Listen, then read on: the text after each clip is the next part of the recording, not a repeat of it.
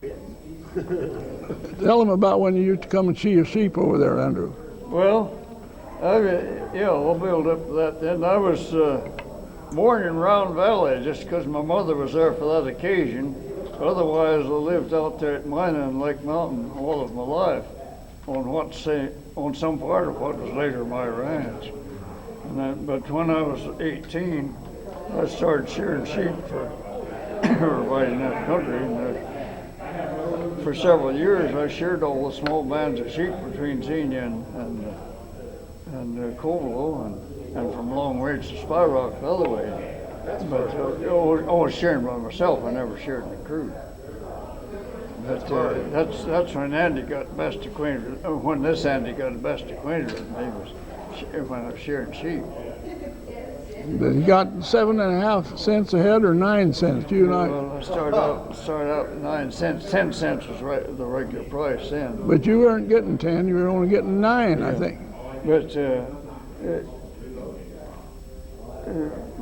after I was shearing with the machine, I was shearing 12.5, and from there on up, kept raising the price all the time. But you see, when he was shearing these sheep, he only could shear 25 or 30 a day. Yeah. And I tell you what, now that's a lot of work because I sheared sheep too, and I wasn't a sheep shearer, he was. But that's hard work. When I was shearing for that low price and a small number of sheep, I was still making twice as much as I could pitching hay, so I thought I was making money.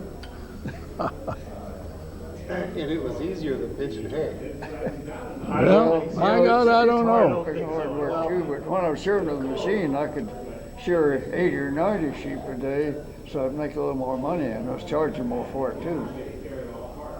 Yeah, I didn't know that you ever got to where you could shear that many, Andrew. Huh? I didn't know that you got to where you could shear that many. Yeah, but it was hard work. Yeah. I got so I couldn't stand being souped over, so I wore a sling, but a lot of the shearers did that anyway. They had a sling, they lay down in that thing and it just hold them up and helped them save their body. Yeah, I got so I couldn't shear without a sling. One time, talking about shearing sheep, one time there was 2 Indians shearing sheep for my dad. One was Charlie Heath and the other one was Yellowjacket. Yeah. And old Charlie Heath only had, they were shearing sheep with blades too. What? They were shearing sheep with blades. Yeah, shearing by hand, I know. By hand, and anyway, I asked this, Charlie Heath only had, he was an old man, I thought, he only had one eye, and so I asked him, I was just a kid, I asked him how old he was, and he says, old enough to die, and that's all he told me. And he lived a lot of years after that. He was over 80 years old when he died. He died in Alderpoint, I think. Yeah, he was. Well, I didn't know whether he was an Alderpoint or Spy Rock or Battle Springs. The last time I ever saw him, he was living with a section crew at Battle Springs. Was he? I don't know. Well, last time I ever seen him was in Alderpoint, so I don't know. No. But, I'll tell you more about, you said that's Charlie Heath and Yellowjacket. Well, Yellowjacket didn't shear after 1933. He was still going to shear, and he got bucked off and broke his arm. Oh, and, so I stepped right in his shoes, and I took all his business from then on. Did you? Yeah. Yeah, he was that's the only time I ever seen Yellowjacket, was when he stayed there at the ranch, stayed overnight, and he was a full-blooded Indian, and so was Charlie Heath. Yeah, we were both raised with the Indian people, and they were wonderful people. Andrew was, and I was too. There's lots of people with Indian blood in that country. Charlie's grandson still lives in Covelo. Does he? Yeah. Emmett Simmons? I don't know him. Okay. No, I don't know him. 3/4 Indian. Is he? Yeah. Well. A little dark complexion. Well, you would say so, yes.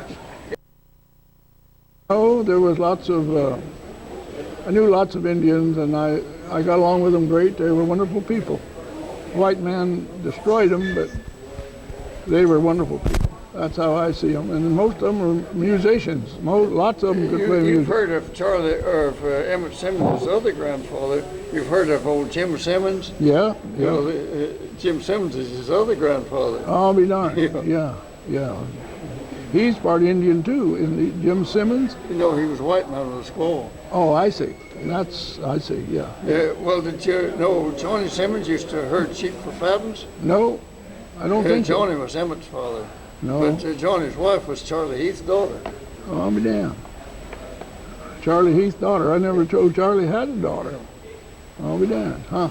Well, he was quite a character. He'd leave the house and he'd wouldn't put anything on his hotcakes. He'd just roll them hotcakes up and eat them.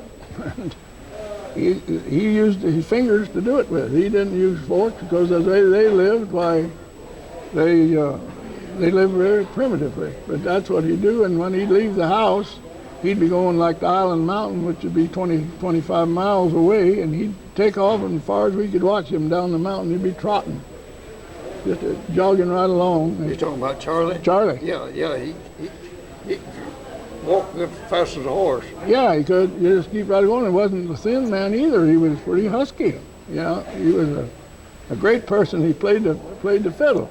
Yeah. And he'd sit there and play the fiddle. My mother would play a piano. And I love music because of all of this. Did them dances in my lifetime. By the time I was 55 years old, I think I danced farther than most people had ever walked. And I still dance.